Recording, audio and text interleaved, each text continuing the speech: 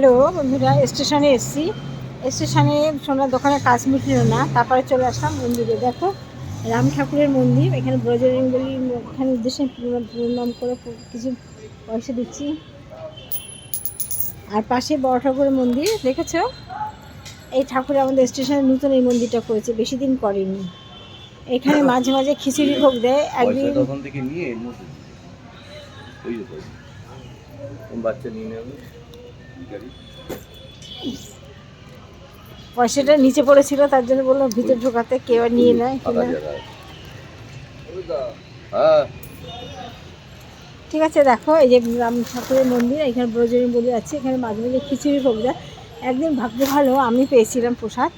আর সেই সঙ্গে দেখো এখানে বড় ঠাকুরের মন্দির দেখো, ঠিক আছে।